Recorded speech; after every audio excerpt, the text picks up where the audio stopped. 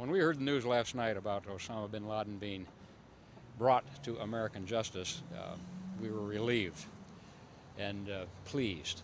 And a really great part of the story is that these brave Americans who accomplished the mission all survived without any loss of American military life. So it was really a win-win. I mean, that must have been a moment that you probably could never even imagine would even happen. We never gave up hope that our military and intelligence services that we'd eventually find this guy, mass murderer, mastermind, radical Islamist. But many days went by before that happened. But it did happen. So he faced American justice yesterday, and he also faced divine justice. So we know that Osama bin Laden, we know there's a heaven and a hell, and we know where he is. So he had a bad day yesterday. He's having an even worse day today. Do you wish that they would have actually captured him instead of killing him? The fact that justice has been served and that Osama bin Laden did not get any, as I would say, the rights of an American citizen. He's a mass murderer, and it's only appropriate that he was taken out, that he did not have the opportunity to spend many, many days in a prison with all the comforts of more comforts of home than he's perhaps even used to. So I'm delighted that he's gone.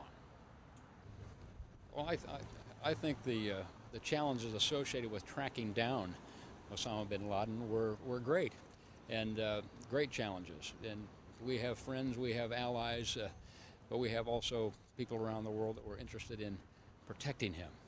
And so the important thing to remember is that we found him and we got him. And I thank all of the Americans who carried out the raid and all of those who have been working for years in counterintelligence services, and remember those people who did the interrogation of people like Khalid Sheikh Mohammed. Some would call it harsh.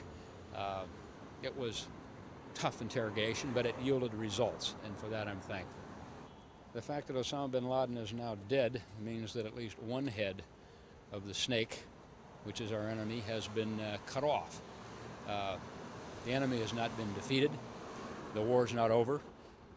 We cannot be too joyous about the fact that we got one key guy, although he's a very key guy.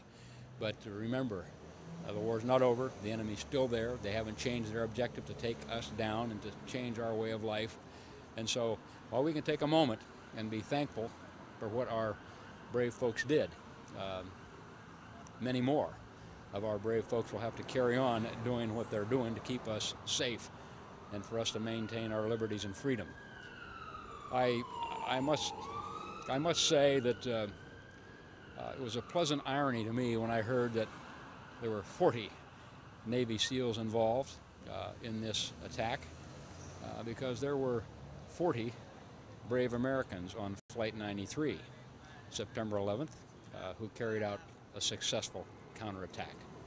And I'm especially grateful that the Navy SEALs and the CIA folks got their job done, and they all made it back alive. I think the reaction of America to be united in the fact that a key enemy has been killed. It's great to be united. It's good to acknowledge with joy that it happened, and that our military who did it, they're also safe. But we cannot